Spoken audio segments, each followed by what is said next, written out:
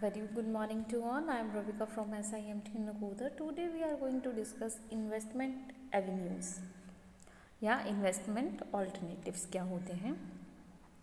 Investment Avenue ये जो है फाइनेंशियल सिक्योरिटीज़, इसके अंदर जो है दो चीज़ें आती हैं. एक आता है फाइनेंशियल सिक्योरिटी, दूसरा आता है नॉन सिक्योरिटाइज्ड फाइनेंशियल सिक्योरिटी. अब फाइनेंशियल सिक्योरिटीज़ के अंदर क्या आता है, ये ऐसी इन्वेस्टमेंट होती हैं, इंस्ट्रूमेंट होती हैं जो कि फ्रीली हम इसे क्या करते हैं, ट्रेड करते हैं ना, या ये फिर नेगोशिएबल होती है.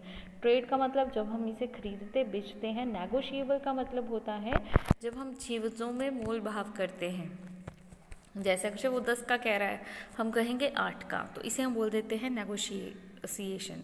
ठीक है. अब बोलते इसमें जो है इक्विटी शेयर्स होते हैं, प्रेफरेंस शेयर्स होते हैं, कन्वर्टेबल डिवेंचर्स होते हैं, नॉन कन्वर्टेबल डिवेंचर्स होते हैं, पब्लिक सेक्टर बॉन्ड्स होते हैं, सेविंग सर्टिफिकेट होते हैं, गिल्ट एज या सिक्योरिटी या फिर मनी मार्केट सिक्योरिटीज़ जो हैं वो हमें देखने को मिलती हैं.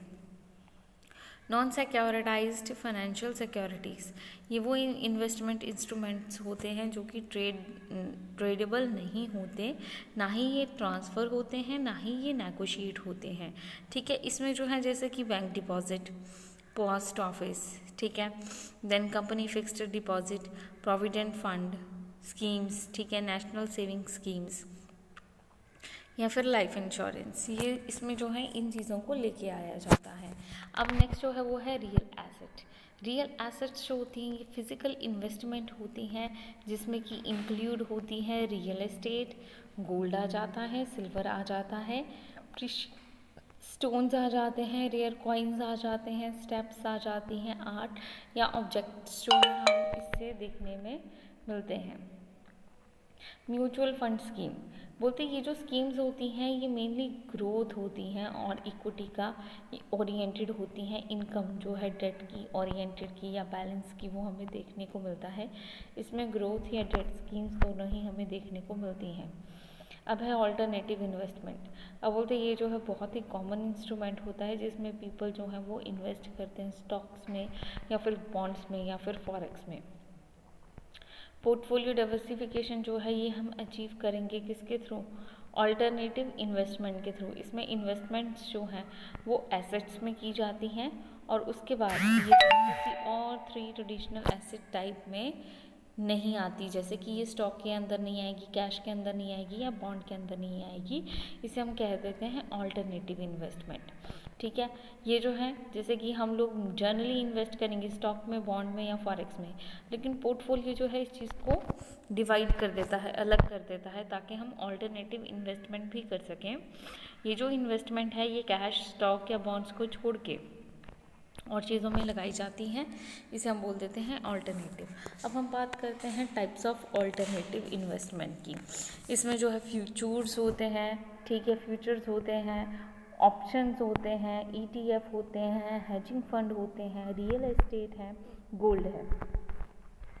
ठीक है. तो हमें ये जो है इसमें देखने को मिलते हैं. अब हम फ्यूचर्स की बात करते हैं. फ्यूचर्स जो होते हैं ये एक स्टैंडर्डाइज कॉन्ट्रैक्ट होते हैं जिसमें सेल या परचेज जो है हमारे कमोडिटी की होगी, लेकिन कब, एक स्पेसिफिक डेट पे और एक प्री डिटर्मिन्ड प्राइस पे. यानी कि हम आज ही डिसाइड कर लेंगे कि फ्यूचर में हम आपको कितने टाइम के बाद कितनी अमाउंट पे चीज़ बेचेंगे या फिर ख़रीदेंगे. ठीक है. ये पहले से ही प्री डिसाइडेड होता है.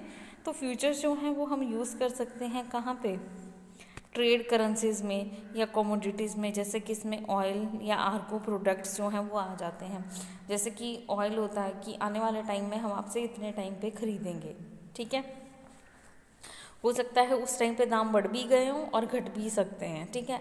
तो हमेशा ही एक रिस्क जो है इसमें इन्वॉल्व रहता है. नेक्स्ट है ऑप्शंस. ऑप्शंस होती हैं ये सिमिलर होती हैं किसके, फ्यूचर्स के, क्योंकि जो डिफरेंस होता है वो क्या होता है कि होल्डर के पास हमेशा ही ऑप्शन होती है कंट्रैक्ट की कि ये जो है कोई ऑब्लिगेशन नहीं आएगी और बायर और सेलर जो है वो इस एसेट को अंडरलाइन करेंगे. यानी कि ये फ्यूचर्स के जैसा ही होता है, लेकिन इसमें होल्डर का ऑप्शन होता है कॉन्ट्रैक्ट का कि वो उस चीज़ को बाय कर भी सकता है और नहीं. यानी कि उसके ऊपर कोई पाबंदी नहीं है जैसे कि फ्यूचर्स में है कि उसमें दोनों ही कॉन्ट्रैक्ट में चले गए हैं, यानी दोनों में ही खरीदना और बेचना है. लेकिन ऑप्शंस में ये चीज़ जो है ये हट जाती है कि हमने ख़रीदना है या फिर बेचना है, उस चीज़ में हम उसे ख़रीद भी सकते हैं अपने ओपिनियंस के अकॉर्डिंग, और हम उसे बेच भी सकते हैं। यानी कि हम कह सकते हैं एक तरह से हमारे ऑप्शन पे है।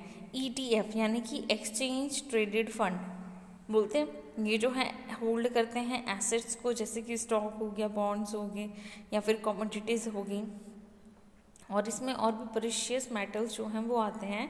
ये जो होते हैं एक्सचेंज ट्रेडेड फंड्स, ये ट्रेड किए जाते हैं कहाँ पे, स्टॉक एक्सचेंज में, या फिर ये जो है बहुत कॉमन ETF जो हैं वो होते हैं, और हमें यूज़ करते हैं as a alternative investment.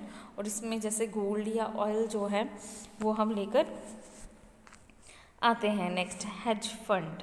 Hedged funds जो होते हैं, इसमें फंड्स को हम इन्वेस्ट करते हैं broad range of investment options में।